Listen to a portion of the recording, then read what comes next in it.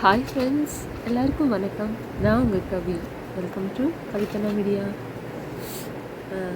இன்றைக்கி என்ன வீடியோனா, நிறைய பேர் கேட்டுகிட்டே இருக்கீங்க, நீங்கள் என்ன ஆயில் யூஸ் பண்ணுறீங்க, என்ன ஹேர் ஆயில் யூஸ் பண்ணுறீங்க, அந்த ஹேர் ஆயில் எப்படி பண்ணுறீங்க, எதை வாங்கி யூஸ் பண்ணுறீங்க அப்படின்னு சொல்லி நிறைய பேர் கேட்டுக்கிட்டே இருக்கீங்க. என்னால் வந்துட்டு நானும் ரிப்ளை பண்ணுறேன். நிறைய பேர்த்துக்கு எல்லாத்துக்கும் ரீச் ஆகுதுன்னு தெரியல. சரி, ஓகே, நம்ம ஹேர் ஆயில் யூஸ் பண்ணுறோம், எப்படி செய்கிறோம் அப்படிங்கிறத ஒரு வீடியோவாகவே மேக் பண்ணி போட்டுடலாம் அப்படின்னு சொல்லிட்டு தான் இன்றைக்கி நான் எப்படி மேக் பண்ணுறேன் அப்படிங்கிறத வந்துட்டு இந்த வீடியோவில் வச்சுருக்கேன். கொஞ்சம் அட்ஜஸ்ட் பண்ணிக்கோங்க. வாய்ஸ் கொஞ்சம் எனக்கு உடம்பு சரியில்லை, கொஞ்சம் முடியாமல் இருக்குது, தொண்டை கட்டிகிட்டு இருக்குது. கொஞ்சம் புரியலான்னு எனக்கு தெரியல. நான் அதிலே வாய்ஸ் ஓவர் கொடுத்துருக்கேன். அடுத்த வீடியோவில் நான் கரெக்டாக ரெடி பண்ணி போடுறேன். நான் வந்துட்டு எந்த மெத்தடில் வந்துட்டு நிறைய மெத்தட் இருக்குங்க ஹேர் ஆயில் யூஸ் செய்கிறது. நான் வந்துட்டு என்னோடய மெத்தட் வந்துட்டு இப்படி தான் எப்பயுமே பண்ணுவேன். இப்போ வந்துட்டு நான் ஹேர் ஆயில் வந்துட்டு ரெடி பண்ணுறத வந்துட்டு நான் வீடியோவாக சொல்கிறேன். உங்களுக்கு என்னென்ன இன்க்ரீடியன்ட் வேணும் அப்படின்னு சொன்னீங்கன்னா நான் அதுவும் வீடியோ எடுத்து வச்சுருக்கேன். உங்களுக்கு வேணும்னு சொன்னீங்கன்னா நான் ரெடி பண்ணி வீடியோ மேக் பண்ணி நான் அடுத்த நெக்ஸ்ட் வந்துட்டு அப்லோட் பண்ணுறேன். ஓகே ஃப்ரெண்ட்ஸ், என்னோடய சேனலை தான் ஃபஸ்ட் டைம் பார்க்குறீங்கன்னா லைக் பண்ணுங்கள், ஷேர் பண்ணுங்கள், மறக்காமல் சப்ஸ்கிரைப் பண்ணுங்கள். வாங்குங்க வீடியோக்குள்ளே போகலாம்.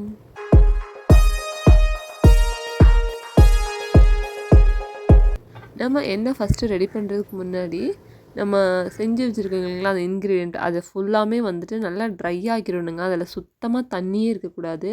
அதில் தண்ணி இருந்ததுன்னா நம்ம எண்ணெயில் போட்டு காய்ச்சும் போது வந்துட்டு அந்த தண்ணியும் சேர்ந்துருக்கிறதுனால எண்ணெய் ரொம்ப நாளைக்குன்னு வராது. ஒரு மாதிரி அந்த சிக்கு வாடான்னு சொல்லுவாங்க இல்லைங்களா, அந்த ஸ்மெல் வந்துடும். அதனால் வந்துட்டு தண்ணி படாமல் பார்த்துக்கோங்க. நல்லா ட்ரையாக நிழல்லையே காய வைக்கணுங்க. நான் அது வந்துட்டு எப்படி ரெடி பண்ணுறதுன்னு நெக்ஸ்ட் வீடியோவில் சொல்கிறேன். நான் வந்துட்டு எந்த மாதிரி உலர்த்தணும், அதை காய வைக்கணும் அப்படிங்கிறத நான் நெக்ஸ்ட் வீடியோவில் சொல்கிறேன். இப்போ அந்த ஆயில் மேக் பண்ணுற மெத்தட் சொல்கிறேன். நான் வந்துட்டு ஃபஸ்ட்டு கீழே ஒரு பாத்திரம் எடுத்துப்பேன். நான் வந்துட்டு ஒரு அகண்ட கடாய் மாதிரி ஒன்று எடுத்துக்கிட்டேன். அதில் வந்துட்டு தண்ணி ஊற்றி நான் ரொம்ப நிறைய ஃபுல்லாக வலிய ஊற்றிட்டாதீங்க. ஒரு நார்மலான அளவுக்கு தண்ணியை ஊற்றிக்கிட்டு அதுக்கப்புறம் வந்துட்டு ஒரு ட்ரையான பாத்திரம் எடுத்துக்கணுங்க. ரொம்ப அதில் சுத்தமாக தண்ணியே இருக்கக்கூடாது. நான் எண்ணெயை ஆட் பண்ணுற அந்த பாத்திரத்தில் சுத்தமாக தண்ணியே இல்லாத அளவுக்கு நல்லா காய வச்சு எடுத்துக்கோங்க. அதுக்கப்புறம் கொஞ்ச நேரம் நீங்கள் வெயில் காய வச்சிங்க கூட அதுக்கு கொஞ்சமாக ஈரப்பதம் இருந்தால் கூட போயிடும். தண்ணியே இல்லாமல் ஈரப்பதமே இல்லாமல் இருக்கணும். அதில் வந்துட்டு நான் இன்றைக்கி 1 லிட்ரு வந்துட்டு எண்ணெய் நான் மேக் பண்ண போகிறேன். 1 லிட்ரு எண்ணெய் நான் கையில் வச்சுருக்கேன். அந்த எண்ணெய் பாட்டிலேருந்து 1 லிட்ரு. இப்போ தண்ணி நல்லா கொதிச்சிருச்சு. நல்லா கொதிச்சதுக்கப்புறம் தான் நம்ம எண்ணெயில் ஆட் பண்ணணும். ஏன்னா அதுக்கு முன்னாடி வச்சிங்கன்னா இதுவும் அதுவும் மாற்றி காயாது. அதனால் தண்ணி நல்லா கொதிக்க ஆரம்பித்த உடனே இந்த பாத்திரத்தில் ஊற்றி வச்சுருக்கோம் இல்லைங்களா எண்ணெயை, அதை அந்த தண்ணிக்கு மேலே கொண்டு போய் வைக்கணுங்க. இது டபுள் பாயிலிங் மெத்தட்னு சொல்லுவாங்க. எனக்கு டேரெக்டாக அப்படியே போட்டு காய்ச்சணும்னு வச்சுக்கோங்களேன். எனக்கு இந்த கருவேப்பிலை இதெல்லாம் போடுறோம் இல்லைங்களா, எனக்கு இந்த தாளிக்கிற அந்த ஸ்மெல் வருது. அது எனக்கு சின்ன வயசுலேருந்து அது அப்படி தான். நான் எப்போ அந்த ஹேர் ஆயில் நானே மேக் பண்ணி சின்ன வயசுலேருந்துன்னு சொல்ல முடியாது. ஏன்னா நான் எப்போ என்னோடய முடியை நான் கேர் பண்ண ஆரம்பிச்சனோ அப்போலேருந்து தான் நான் எண்ணெய் மேக் பண்ணி யூஸ் பண்ணுறேன். அதுக்கு சின்ன வயசுலலாம் அம்மா பண்ணுறது நார்மல் கோகோனட் ஆயில் தாங்க. சாதாரண தேங்காய் எண்ணெய் தான் தேய்ச்சிட்ருப்பேன் ஸ்கூல் போகிற டைம்லலாம். இப்போ நான் கேர் பண்ண ஆரம்பித்ததுக்கப்புறம் தான் நான் எண்ணெய் மேக் பண்ணுறேன் இல்லைங்களா, அப்போலேருந்தே நான் அந்த டபுள் பாயிலிங் மெத்தட் தான் யூஸ் பண்ணிகிட்ருக்கேன். ஏன்னா அந்த நார்மலாக டேரெக்டாக ஒரு இரும்பு கடாயில் போட்டு அந்த எண்ணெயை ஊற்றி நல்லா சூடானதுக்கப்புறம் அந்த இன்க்ரீடியன்ட்லாம் போடுவாங்க. அப்படி போட்டுட்டு அதை நல்லா கொதிக்க வச்சு நல்லா வேக வச்சு இது பண்ணாங்கன்னு வச்சுக்கோங்களேன், அந்த தாளிக்கும் போது ஒரு ஸ்மெல் வரும் இல்லைங்களா, அது வெந்து அந்த கருவேப்பிலை இதெல்லாம் வெந்து ஒரு மாதிரி தாளிக்கிற ஸ்மெல் வரும் இல்லைங்களா, அதில் வெங்காயம்லாம் ஆட் பண்ணுவாங்க. அது எனக்கு ரொம்ப ரொம்ப ரொம்ப சுத்தமாக பிடிக்காது. அது அந்த மாதிரி நான் இது வரைக்கும் யூஸ் பண்ணதும் கிடையாது. அந்த ஸ்மெல் நான் பார்த்துருக்கேன். நிறைய பேர் யூஸ் பண்ணும்போது நான் பார்த்துருப்போம் இல்லைங்களா, இந்த எண்ணெய் நாங்களே காய்ச்சணும்னு சொல்லி அந்த ஸ்மெல் எனக்கு கேட்டாலே தெரிச்சு ஓடி போயிடுவோங்க. நம்ம தலையில் வச்சுட்டோன்னா அப்படியே தலையை ஃபுல்லாக ஏதோ குழம்ப ஊற்றிக்கிட்ட மாதிரி அப்படி ஒரு ஃபீல் ஆகும். மற்ற நிறைய பேர் யூஸ் பண்ணுவாங்க, அவங்களுக்கு அது பிடிச்சிருக்கலாம். பட் நான் அவங்கள குறை சொல்லக்கூடாது. எனக்கு அது பர்சனலாக எனக்கு பிடிக்காது. ஸோ அதனால் நான் எப்போயுமே இந்த டபுள் பாயிலிங் மெத்தட் தான் யூஸ் பண்ணுவேன். நல்லா எண்ணெய் சூடாக ஆரம்பிச்சிருங்க. அப்படியே அங்கங்கே நுரை வந்ததுக்கப்புறமா நம்ம செஞ்சு காய வச்சுருக்கோம் இல்லைங்களா அந்த இன்க்ரீடியன்ட், அதை கொஞ்சம் கொஞ்சமாக உள்ளே ஆட் பண்ண ஆரம்பிச்சுட்டோம்னாங்களா, அப்படியே எண்ணெய் பாருங்கள் நல்லா ஒயிட்டாக இருக்குங்களா. இப்போது நான் உள்ளே எல்லாம் ஆட் பண்ணிட்டேன். நல்லா ஒயிட்டாகவே இருக்குது. நல்ல சுத்தமான தேங்காய் எண்ணெய் வந்து அப்படியே பியூர் ஒயிட்டில் இருக்கவே இருக்காது. ஒரு மாதிரி லைட்டாக அந்த எல்லோயிஷ் கலந்து தான் இருக்கும். நீங்கள் நிறையா வந்துட்டு சுத்தமான தேங்காய் எண்ணெய் வாங்கிக்கோங்க. நான் எவ்வளோ இன்க்ரீடியன்ட் சேர்த்து நம்ம பண்ணாலுமே எண்ணெய் வந்துட்டு கலப்படமான எண்ணெய் இருந்தால் அதுக்கு யூஸே கிடையாது. இப்போ பாருங்கள், நம்ம இன்க்ரீடியன்ட் சேர்த்து ஆரம்பித்து எனக்கு தெரிஞ்சு நான் ஒரு 1.5 மணி நேரத்துக்கிட்ட ஃபுல்லாக ஆற வச்சு இறக்குறதுக்கு வரைக்கும் 2 மணி நேரம் கிட்ட ஆகிடுச்சு. இப்போ பாருங்கள் அந்த கலர் எவ்வளோ சேஞ்சஸ் ஆகிருக்குன்னு. அந்த நம்ம போட்ட அந்த இன்க்ரீடியன்ட்லேருந்து அப்படியே கலர் சேஞ்ச் ஆகிட்டு ஃபுல்லாக எசன்ஸ் ஃபுல்லாக இறங்க ஆரம்பிச்சிச்சு. உங்களுக்கு பார்த்தாலே தெரியும். நம்ம எப்போயுமே வந்துட்டு ஆயில் மேக் பண்ணும்போது ரொம்ப ஹெவி நெருப்பில் வச்சு பண்ணாதீங்க. சீக்கிரமாகவே நம்ம போட்ட இன்க்ரீடியன்ட்லாம் வந்துட்டு கருக ஆரம்பிச்சுட்டு அந்த எசன்ஸ் வந்து டக்குன்னு உள்ளே இறங்காது, எண்ணெயில் இறங்காது. அதனால் வந்து நெருப்பு கம்மியாகவே வச்சுக்கோங்க. கம்மியாக வச்சுட்டு நார்மலான ஹீட்லேயே நல்லா கொதிக்க விடுங்க. மேலே வைக்கிற பாத்திரம் வந்து இன்னொரு குறிப்பு என்னென்னா, மேலே இருக்கிற அந்த பாத்திரம் வந்து கொஞ்சம் மேலே தனியாக இருக்கணும். கீழே இருக்கிற தண்ணியும் அந்த குண்டானும் ஒரே அளவில் இருந்துச்சுன்னா வச்சுக்கோங்களேன், கீழே பாயில் ஆகிற அந்த தண்ணி வந்து தெரித்து வந்து அந்த இதில் விழுறதுக்கான சான்சஸ் நிறைய இருக்குது. அதனால் வந்து குண்டான் நல்லா பெருசாக வச்சுக்கோங்க. நல்லா கொதிக்கட்டும். நான் வந்துட்டு இப்போ ஒரு 3/4 கீழே அந்த எசன்ஸ்லாம் இறங்கிருச்சு. இதுக்கப்புறம் வந்துட்டு நான் இன்னொரு சீக்ரெட் இன்க்ரீடியன்ட் சொல்லுவாங்க இல்லைங்களா, அது சேர்த்துனேன். என்னென்னா நெல்லிக்காய் தாங்க. நீங்கள் அப்படிலாம் நினச்சிக்காதீங்க. நம்ம இன்க்ரீடியன்ட் செய்யும் போதே வந்துட்டு சேர்த்து இது செய்யணும். நான் எடுத்துலாம் வச்சுட்டு அதை துருகி சேர்க்கலான்னு சொல்லி தனியாக எடுத்து வச்சுருந்தேன். அப்படியே போட்டு இது பண்ணுறத விட கொஞ்சம் கட் பண்ணி போட்டு நம்ம ரெடி பண்ணிக்கலான்னு சொல்லி எடுத்து தனியாக வச்சது அப்படியே மறந்துட்டு அந்த இது ஃபுல்லாகவே ரெடி பண்ண ஆரம்பிச்சிட்டேன், காய வச்சுட்டேன்.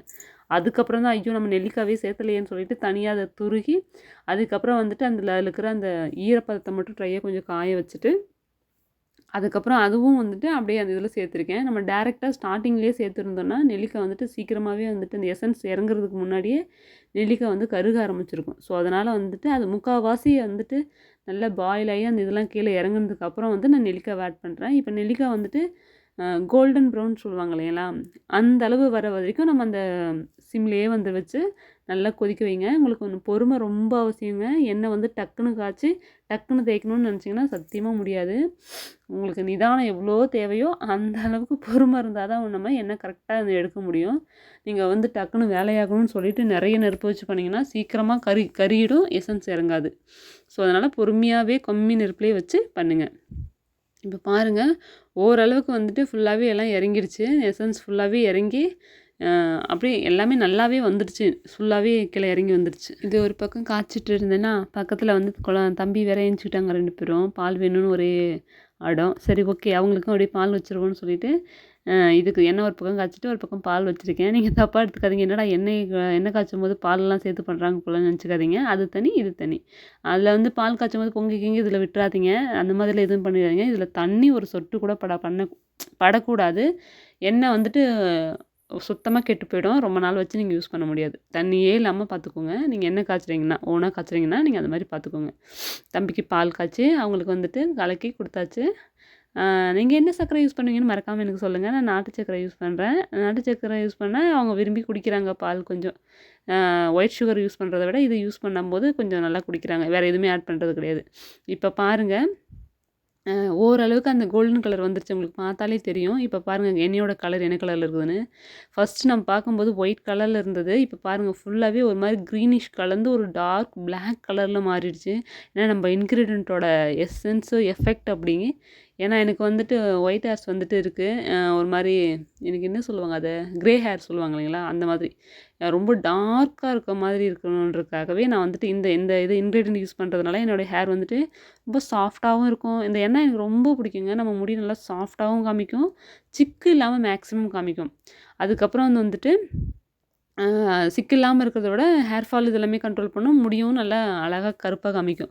இப்போ பாருங்கள், நான் அதுக்கப்புறம் வீடியோ எடுக்க மறந்துட்டேன். தம்பி ஏஞ்சிட்டாங்க இல்லைங்களா, அப்படியே இறக்கி வச்சுட்டு அடுத்த நாள் ஃபுல்லாக விட்டுட்டுங்க. அப்படியே ஊற விட்டுட்டேன். அது எந்த டிஸ்டர்ப் பண்ணல. ஒரு தட்டு போட்டு மூடி ஃபுல்லாக அப்படியே ஊற வச்சுட்டேன். அப்படியே எண்ணெய் ஃபுல்லாக அப்படியே நல்லா கூல் டவுன் ஆகிட்டு நல்ல எசன்ஸ் ஃபுல்லாக இறங்கி எவ்வளோ திக்காக இருந்துச்சுன்னு பார்த்தீங்களா. இப்போ அதை வந்துட்டு அழகாக வந்துட்டு ஃபில்ட்ரு பண்ணி எடுத்துக்கலாம். ஏன்னா நம்ம போட்ட இன்க்ரீடியன்ட் அப்படியே அரைச்சி இது பண்ணி போட்டிருக்கோம் இல்லைங்களா, ரொம்ப அப்படியே ரஃப்பாக இருக்கும். அது கொரன்னு இருக்கும். நீங்கள் ஃபுல்லாக அழகாக வடிகட்டி எடுத்துக்கலாம். நான் ஒரு சின்ன அந்த குட்டி கேன் இருக்கும் இல்லைங்களா, அந்த வடிகட்டி வச்சு நான் ஃபுல்லாகவே ஃபில்ட்ரு பண்ணி எடுத்துக்கிட்டேன். நான் 1 லிட்டர் யூஸ் பண்ணேன் இல்லைங்களா, அதில் வந்து ஒரு 1/2 லிட்டர் கிட்ட வந்தது. அது அப்படி தான் எண்ணெய் கம்மியாகும். நம்ம காய்ச்ச எண்ணெய் கம்மியாகும்.